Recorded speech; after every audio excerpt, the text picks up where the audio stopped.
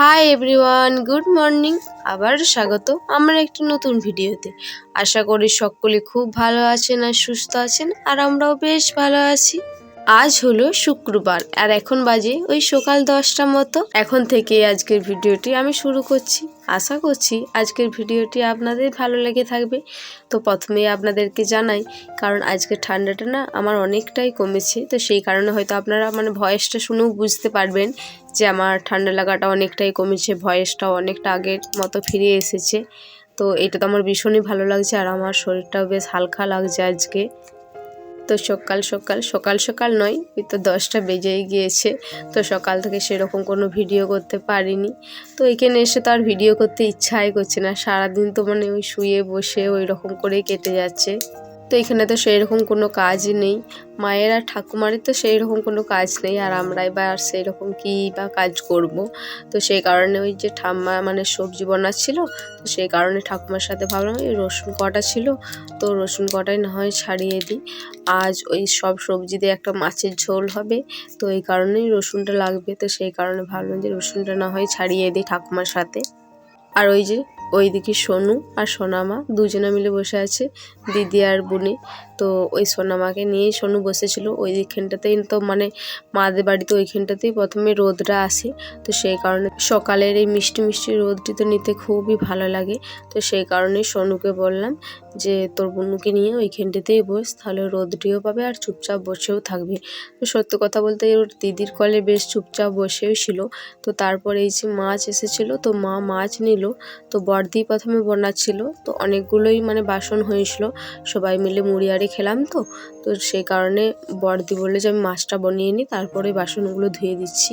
তো আমি গিয়েছিলাম বাসনগুলো পরিষ্কার করতে। তো সেই কারণে বড়দি বললো যে না না, তোর তো এমনিতেই ঠান্ডা লেগেছে, তোকে আর বাসন পরিষ্কার করতে হবে না, আমি মাছটা বানিয়ে পরে তারপর যাচ্ছি। তো আমি বললাম তো আমি তো এমনিতেই মাছ বানাই, তো এইখানে আর বানাতে কী দোষ। তো সেই কারণেই বললাম ওকে যে আমি না হয় মাছটা বানিয়ে দিচ্ছি, তুই না হয় বাসনগুলো তাহলে পরিষ্কার করে ফেল।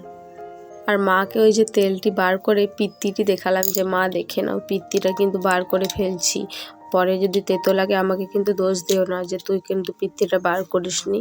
আর সত্যি কথা বলতে আমার এই গোটা গোটা পিত্তিগুলি বার করতে বেশ ভালোই লাগে, না খুশি লাগে যে আমি পিত্তিটা বার করেছি, তাহলে আর তেতো লাগবে না। ওই কারণেই আমার মাছটা বানাতে ভয় লাগে, যদি পিত্তিটা কোনো কারণে যদি খুঁজে না পায়, যদি কোনো কারণে গালা যায়, তো তাহলে তো তেতো লাগবে, তো সবাইকারই তো খারাপ লাগবে। আর ওই মাছের তেল ভাজাটা তো অনেকজনকারই ফেভারিট, তো তার মধ্যে তো আমিও পড়ি যে মাছের তেলটা ভীষণই পছন্দ করি। ওই জিরে লঙ্কা দিয়ে হালকা যদি মুচমুচে করে ভেজে দেয় না, ওই দিয়েই তো আমার গরম গরম ভাত বেরিয়ে যাবে। আর আপনারা তো সবাই জানেন যে আমি মাছের তেল ভাজা খুবই ভীষণই পছন্দ করি। ওই যে একটা মাছও কাটা হয়ে গেল, আর ঠাকুমা ওই সবজিগুলি রেখে দিয়ে গিয়েছিলো আমার কাছে।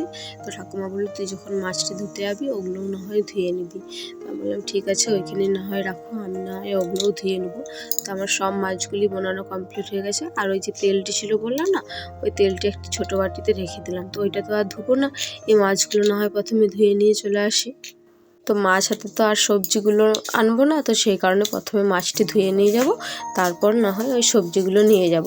তো সেই কারণে প্রথমে মাছটি ধুয়ে নিচ্ছি, কারণ মাছ হাতে সবজিটা নিয়ে এলে সে কাঁচা মাছের যে একটা আস্তে আস্তে গন্ধ ওঠে, ওই গন্ধটা বেশি নাকে লাগে। আর আমি তো সেরকম কোনো এখন গন্ধই পাচ্ছি না, কারণ সর্দির কারণে। তবুও যে একটু পাই ওইটাই, যারা তো এখন গন্ধটা পাচ্ছে তাদের তো সহ্য হবে না। তো সেই কারণে আলাদা আলাদাভাবেই সব ধুয়ে নিলাম। তো সবজি ধোয়াটা আপনাদের সাথে আর শেয়ার করলাম না। তো এই যে মা ওই সব সবজি দিয়ে যে ঝোলটি হবে মাছের, ওই তরকারির মশলাটাই এখন কষাচ্ছি। তো এটাই ভাবলাম আপনাদের সাথে শেয়ার করি। আমরা তো এখন সেই রকম কোনো কাজকর্মই করে নিচ্ছি আপনাদের সাথে শেয়ার করব, ওই মায়েরটাই না হয় এখন আপনাদের সাথে শেয়ার করি। তো সবজিগুলির মধ্যে ছিল আলু, ফুলকপি, কাঁচকলা আর মাছ, সবজির মধ্যে পড়ে না, সব এই কটা দিয়েই ঝোলটি হয়েছিল। তো খুবই সুন্দর লাগছিল। আর এই যে আজ না অনেক দিন পর সেই যে দাদুর যখন কামান গিয়েছিল 15 দিনের, তখন শ্যাম্পু করেছিলাম, আর শ্যাম্পু করাই হয়নি। আর সত্যি কথা বলতে এত বড় চুল আমার নিজের শ্যাম্পু করতে একা একা খুবই বিরক্ত বোধ হয়। তো সেই কারণে আজকে দিদিভাইকে বলেছিলাম একটু শ্যাম্পুটা করিয়ে দিবি। তো দিদিভাইও করেছিল আর আমিও করেছিলাম। তো কেমন লাগছে কমেন্ট করে জানাবেন তো। আর এখন বাজে মিনিমাম ওই 4টে সাড়ে 4টে মতো। তো ভাত খেয়ে পরে এখন তবু একটু করে ঘুমাচ্ছি। বাড়িতে তো সেরকম ঘুমাতে পারি না, তো এখন সোনামাও না এখানে ঘুমাচ্ছে। আর সোনামা না ঘুমালেও ওর মা দিদি আরে নিচে, তখন ওই ফাঁকেই আমি একটু ঘুমিয়ে নিচ্ছি। তো ঘুম থেকে উঠেই দেখছি এই যে প্রিপারেশন আরম্ভ হয়ে গেছে পাটিসাপটা পিঠে। সেদিনকে বলেছিলাম না দিদি ভাই যে চাচিটি এনেছিল, তো ওই চাচিটা দিয়েই করাচ্ছে। এখন আমাদের এখানেও তো দুধ নেই, আর আমার শ্বশুর বাড়িতেও দুধ নেই, তো সেই কারণে দিদি ভাই এনেছিল। আমার তো পাটিসাপটা পিঠে খুবই পছন্দ, আর সোনামায়ের পাপারও ভীষণই পছন্দ, তো সেই কারণেই বিশেষ করে করা হচ্ছে। তো প্রথমে ওই যেমন পিঠে করেছিল সেই দিনকে, তো অমনি পিঠে করে পরে এই দিক ওই দিক একটু উল্টিয়ে অল্প পরিমাণে ঘি দিয়েই নামিয়ে দিচ্ছে। আর সত্যি কথা বলতে খেতে তো মানে অপূর্বই লাগছিল। আমার তো দারুণ লাগে, মানে সব পিঠের মধ্যে আমার এই পিঠেটি সব থেকে ফেভারিট। আর যেটা দুধের সিদ্ধ পিঠে বলে ওই পিঠেটি, এই দুটো পিঠেই আমার সব থেকে ফেভারিট। আর এখন মিনিমাম বাজে ওই সন্ধে 6টা মতো। তো এই যে চলে এসেছে সোনামার পাপা ওর সাথে খেলা করতে।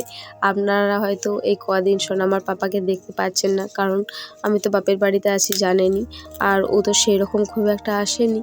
তো আজকে এসেছে সোনামায়ের সাথে দেখা করতে, তো সেটাই ভাবলাম না হয় আপনাদের সাথে একটু শেয়ার করি।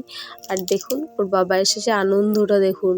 সে এখন জানেন তো মানে একটা নতুন মানে কায়দা করতে শিখেছে, সব সময় বা বা পা পা এইরকম একটা মানে শব্দ করছে। তো সবাই তো বলছে যে প্রথমে না হয় ওই বাবা বা পাপা এরকম কিছু একটা বলতে শিখবে, মা তো বলছেই না। সত্যি বলছি, মানে কিছুদিন হলো ওই বাবা পাপা এইরকমই বেশিরভাগ বলছে, মা খুব একটা বলছে না। মা এই যে সোনামার পাপাকে পিঠে আর চাচি দিতে এসেছে, তো ও নিবে, ওর পাপাকে নিতে দেবে না, ও নিজেই নিবে। তো ওই পাকা মোটাই মাছ ছিল, তো মা বলছে এটা একটু ভিডিও কর, খেপি দেখ নিজে নিতে যাচ্ছে। তো ওর দিদুন আর ও ততক্ষণকে টানাটানি করতে থাকুক, আর আমার ভিডিওটি এখানে শেষ করলাম। সকলে খুব ভালো থাকবেন আর সুস্থ থাকবেন, আবার দেখা হবে পরবর্তী কোনো ভিডিওতে।